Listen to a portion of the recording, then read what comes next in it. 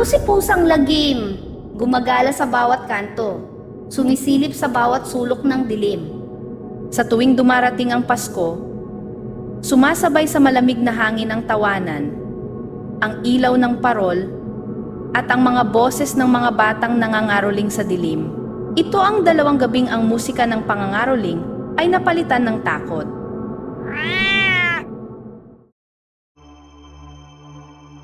Ako si China. Dahil December na at lumalamig na ang panahon, naaalala ko noong bata pa ako sa amin. Laging masarap ang Pasko sa probinsya, hindi dahil sa mga regalo o pagkain, kundi dahil sa mga gabi ng pagrarambulan naming mga bata, pagtakbo sa kalsada, at paghahati-hati sa barya na ibinibigay sa pangangaroling. Yun kasi ang hilig ko. Ang mga rolling kasama ang mga kapitbahay naming bata. Siguro, mga 7 kami. Nagpapagawa pa ako sa kuya ko ng improvised tumble na gawa sa lumang lata ng biskwit, pinulupot ng goma at nilagyan ko pa ng mga stickers para kunwari ay totoo. Hatid noon sa akin ay tuwa at bahagyang sakit sa kamay kapag sobra kong pinapalo ang lata pero masaya pa rin. Kapag may nagbibigay sa amin ng paper bills, sinisiksik namin iyon sa mga rubber band. Naniniwalang may swerte iyon dala. At para sa isang batang gaya ko noon, ang swerte ay hindi pera, kundi ang kilig na makabili ng candy o ang saya ng pakiramdam na may halaga ang simpleng kanta namin. Noong panahong iyon, uso pa ang pangangaroling. Maraming bata ang gumagawa nito dahil siguro wala pang cellphone at hindi pa ganoon kalaganap ang internet. Kaya naman karamihan sa mga kabataan ay nasa labasan. Wala pang mga scam, wala pang mga batang basta kakatok nang wala namang balak kumanta. Totoong nangangaroling ang lahat. At kung minsan, ay may konting kompetisyon pa kung alin sa mga grupo ang mas malakas ang boses o mas maganda ang tugtog. Tuwing alas 7 ng gabi, nagsisimula na kaming mag-ikot. Ang mga bahay na may ilaw na parol ay inaabangan namin dahil malaki daw magbigay. Pero kadalasan ay piso, minsan 5. At kapag swerte ay 10. Sa aming grupo, ako ang pinakamasigla. Lagi akong nauuna sa pagtakbo, sa pagkanta, at kahit sa pangungulit na, pumunta pa kami sa mas malayong kanto kahit gabi na. Dahil magkakapit-bahay kami, syempre, sabay umuuwi at magkakakilala ang mga magulang namin. Maliliit pa kami, pero para sa amin, malaking misyon ang mga rolling.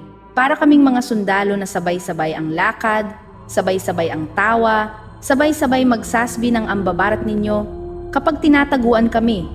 Hindi ko akalaing may isang gabi ng pangangaroling ang mag-iiwan ng marka sa akin dahil sa takot na naramdaman ko noon. Gabi noon, siguro mga bandang alas 8. Ilang bahay na ang nadaanan namin pero mukhang matumal ang bigayan. Kaunti lang ang nakukuha namin kumpara sa tipikal na bigayan. Hindi namin sila sinusumbatan. Masaya kami kahit magkano. Pero syempre, kung batang kagaya ko ang tatanungin, malaking bagay ang makakuha ng mas malaki para makabili ng yema, soft drinks, o kahit bubble gum sa tindahan sa kanto. Sa inis at gutom ko, sinabi ko na pumunta kami sa mas malayo. Doon sa mga malalaking bahay. Malayo na kasi ito sa amin kaya bihira namin puntahan. At sinabi kong puntahan namin ang mansyon doon, ang isa sa pinakamalaking bahay na alam ko at alam din ng mga kasama ko. Kahit taon-taon kaming nangangaroling, hindi pa namin napupuntahan ang mansyon na yon. At sa palagay ko, ito na ang nagtamang oras. Payag ang lahat, maliban kay Clark, parang siya ang pinakakinakabahan. Hindi niya gusto ang ideya ng mansyon. Ilang taon na kasi ang lumipas, mula nang mabalitaan namin na may nagpakamatay daw sa loob noon. Putok ang balita na may multo doon sa mansyon na iyon, na pawang ang mga matatapang lang ang naglalakas ng loob na pumunta doon. Sa huli, sumama rin si Clark kahit hindi siya sigurado kung tama ang ginagawa namin. Inasar ko kasi siya, naduwagis siya kung hindi siya sasama. Nakabusangot siya buong lakad. Lahat naman kami kinakabahan. Pero naghahari ang pagnanasang kumita kahit konti. Pagdating namin sa tapat ng mansyon, napansin agad namin ang kakaiba nitong hitsura. Malaking bahay, 2 palapag, may terrace sa itaas, at may bintanang malalaki, pero parang luma na ang kahoy. Ang gate ay mataas, bakal, at may 2 pasukan, isang maliit sa harap, at isang malaki sa gilid na medyo malayo. Ang ilaw mula sa mga poste ay sapat lang para makita namin ang kulay ng pader na naninilaw na parang inaagnas ng panahon. Tahimik ang paligid, walang dumaraan, walang kahit anong tunog maliban sa paghinga namin. Nang makita namin ang bahay, parang sabay kaming napatingin sa isa't isa. Hindi namin sinabi ng malakas, pero alam naming lahat na nakakatakot siya. Hindi siya gaya ng mga mansyon na may maraming tao at may mga bantay, sisilip ka pa lang sa gate ay may sisita na agad sa'yo. Ito, puro damo na parang hindi na inalagaan. Pero ang alam namin ay nandito pa rin nakatira ang may-ari. May ilaw din sa loob nito kaya alam namin na may tao. Nag-umpisa kaming kumanta. Malakas, sabay-sabay tapos wala. Katahimikan. Wala kaming narinig mula sa loob. May nagsabi na may sumilip sa bintana kaya may tao sa loob. Nang matapos ang kanta namin, naghihintay pa kami ng ilang minuto pero wala. Walang lumabas. Sa halip na isipin na multo ang sumilip, inisip namin na kuripot lang sila at ayaw magbigay sa amin. Naisip ko, baka kailangan lang namin lumipat sa kabilang gate dahil baka hindi nila kami naririnig. Tutal, nandito naman na kami at mas maganda ng subukan dahil sayang ang punta namin. Kaya lumipat kami sa kabilang gate, mas madilim, mas malaki ang pasukan. Doon dumadaan ang mga sasakyan. Wala pa man kaming nakakanta, may bigla kaming narinig na alingaw-ngaw na nakapagpatigil sa paghinga ko. Isang napakalakas na tahol. Hindi basta tahol, malalim, mabigat, at parang galing sa isang hayop na hindi namin siguradong aso pa ba. Parang dagundong, parang kapag malapit ka sa speaker sa isang concert tapos kinakabog ang dibdib mo. Napatingin kami sa isa't isa. Ang tahol ay ilang di pa lang ang layo mula sa amin. Sa kadahan-dahang bumukas ang gate. Wala kaming nakitang nagbukas. Walang kamay. Walang tao. Basta lang siyang gumalaw, mabagal. Kasabay ng tunog ng bakal na naghihilahan.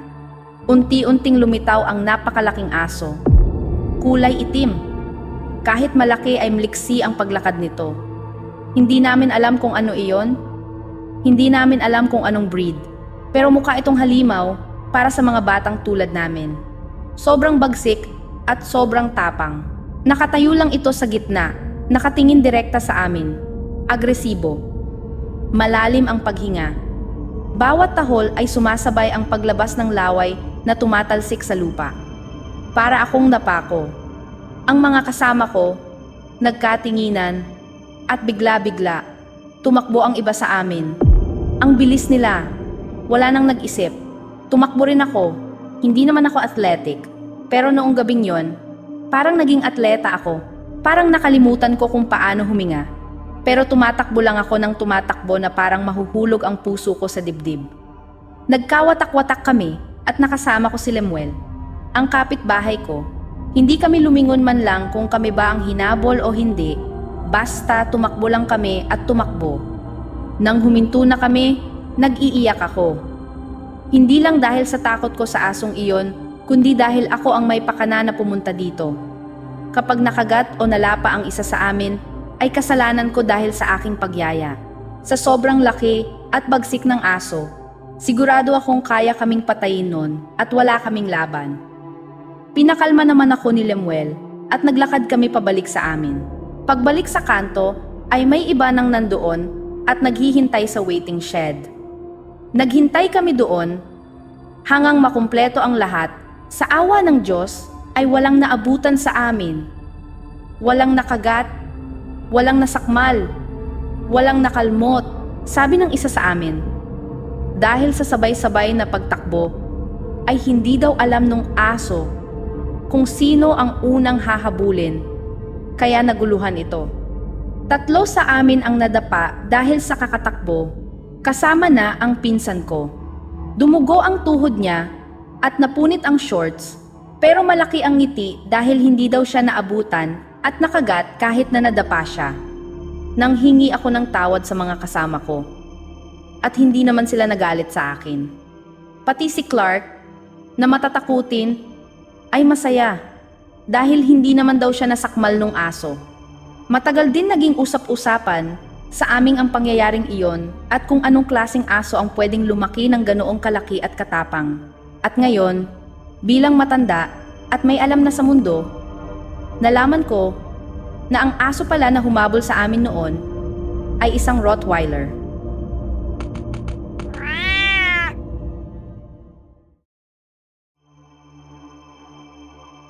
Nung bata ako, mahilig talaga akong mga rolling. Isa ako sa mga batang umiikot sa mga bahay tuwing gabi ng Disyembre, kumakanta kahit sintunado, kumakatok kahit minsan masungit ang nakatira, at nag-iingay gamit ang tansan na tinapakan ko sa kalsada. Kahit paminsan ay barya lang ang ibinibigay ng mga tao, masaya na ako noon. Hindi ko nakalimutan yung pakiramdam ng malamig na hangin sa Pasko, yung tunog ng tawanan ng iba pang bata, yung pagtakbo namin sa dilim, at yung kilig kapag ang isang bahay ay nagbibigay ng mas malaking halaga kaysa sa ine-expect namin. Siguro kaya hanggang ngayon, ngayong may pamilya na ako, hindi ko maiwasang mapangiti tuwing nakakakita ako ng mga batang nangangaroling, kahit hindi sila kagalingan, kahit sintonado, kahit minsan inaabot na ng ulan, binibigyan ko pa rin sila. Para sa akin, iyon ang isa sa pinaka-inosenteng tradisyon ng Pasko. Tsaka, medyo salat sa salapi kami noon pero pinagpala naman ako at medyo may pera na ako ngayon kaya hindi ako magdadamot.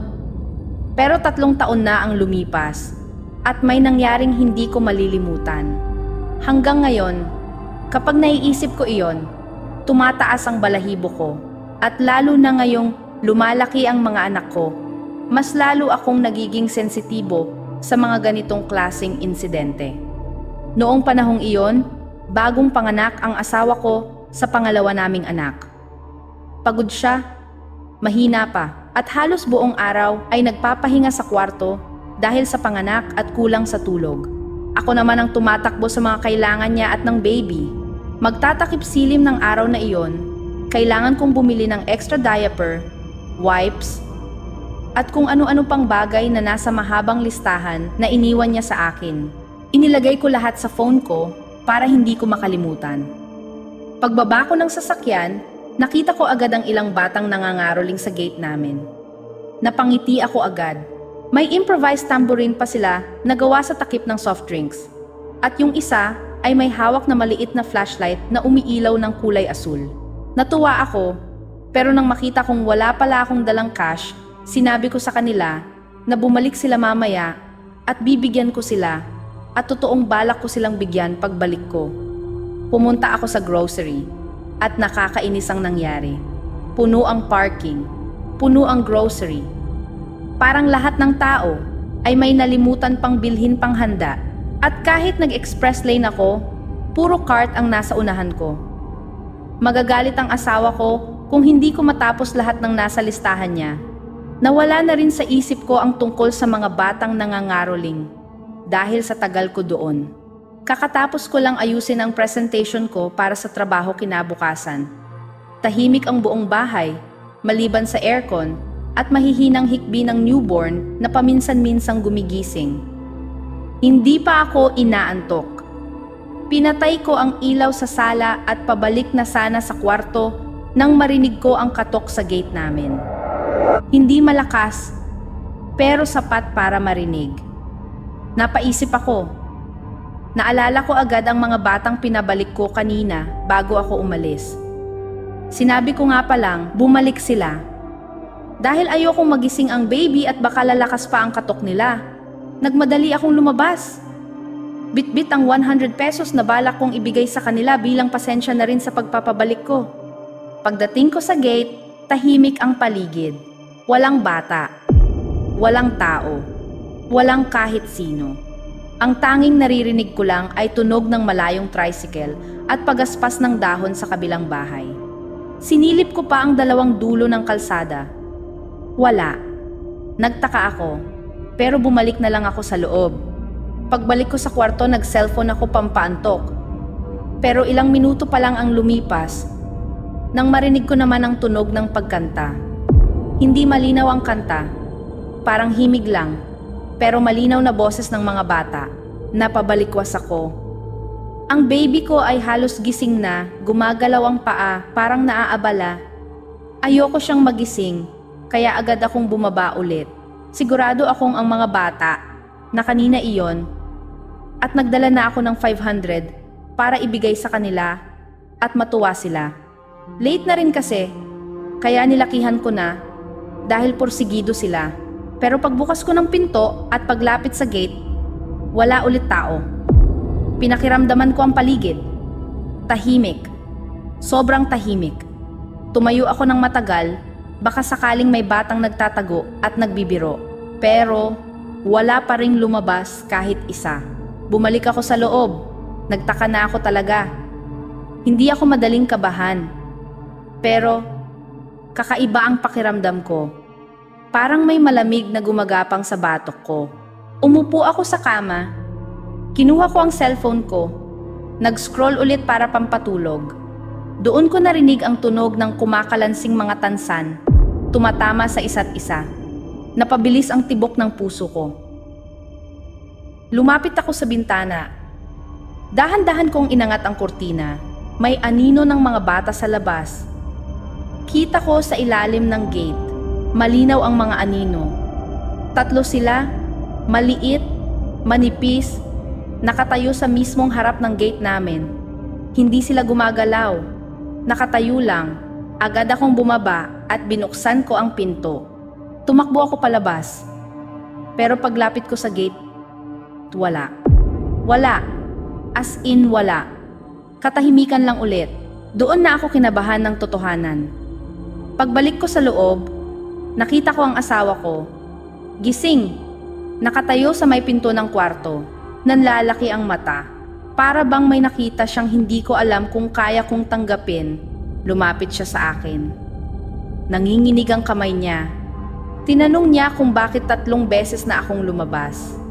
Sabi ko, dahil naririnig ko ang mga bata. Nanlaki ang mata niya. Sabi niya, naririnig din niya. Yung katok, yung kanta, yung kalansing. Pero ang mas kinatakutan niya ay yung nakita niya sa CCTV. Sabi niya, habang palabas ako ng bahay, may mga hugis ng bata na lumilitaw sa harap ng gate. Mga maliit na figura na mahahalata sa gilid ng ilaw ng poste. Pero tuwing bubuksan ko ang gate, bigla silang nawawala.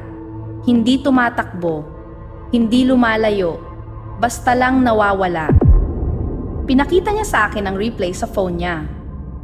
Tiningnan ko, hindi ko man makita ng malinaw dahil grainy ang gabi sa CCTV, pero sapat ang liwanag mula sa poste para makita ang 3 anino ng bata sa labas ng gate namin. Parang nakatayo lang, parang nakatingin, parang naghihintay. At tuwing bubuksan ko ang gate, lumalabo sila ng sabay-sabay hanggang sa tuluyang mawala. Parang usok na natutunaw sa hangin. Halos manigas ako habang tinitingnan iyon. Hindi iyon basta kalokohan.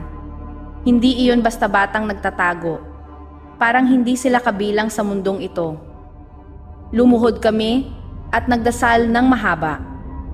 Nagdasal para sa baby, para sa pamilya, para sa proteksiyon. Hindi ko alam kung bakit kailangan pa naming maranasan iyon. Hindi ko alam kung bakit sa dami ng bahay sa street namin, sa amin pa napadpad ang kung anumang iyon. Nahirapan akong makatulog ng gabing iyon.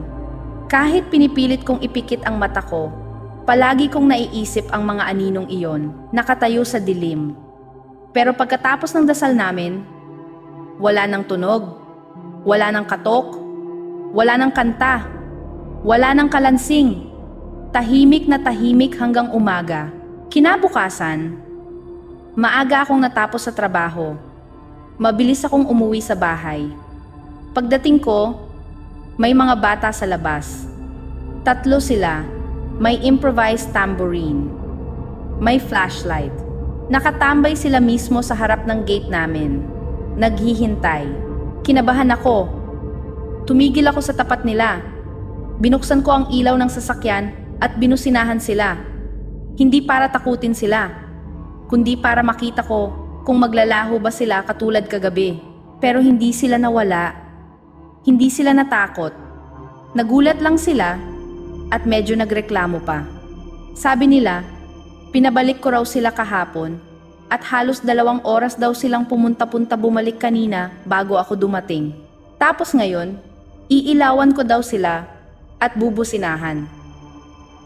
Huminga ako ng malalim. Nawala ang kaba. Totoong bata sila. Totoong tao. Totoong nangangaroling. Tinapik ko pa ang isa para makasiguradong totoo. Binigyan ko sila ng 500 pesos. Tuwang-tuwa sila at kumanta kahit nabigyan na. Hindi sila yung nakita namin sa CCTV. Hindi ko sinabi sa kanila ang nangyari kagabi dahil baka matakot sila at hindi na mangaroling kahit saan. Pero sa totoo lang, hindi ko alam kung kaninong kaluluwa ang humingi ng limos at nagpakita sa amin. Hindi ko alam kung matagal na ba silang bahagi ng street namin o ngayon lang nagpakita at mula noon, wala nang muling kumatok sa gate namin. Nang 10 oras ng gabi, wala nang aninong lumitaw sa CCTV. Wala nang boses ng bata na kumakanta sa madaling araw. Mga kalagim, kung may nakakatakot kang kwento, pwede mong isend sa pusanglagimofficial@gmail.com. Huwag kalimutang mag-like at subscribe. Salamat sa takot. Ako si Pusang Lagim. Hanggang sa muli.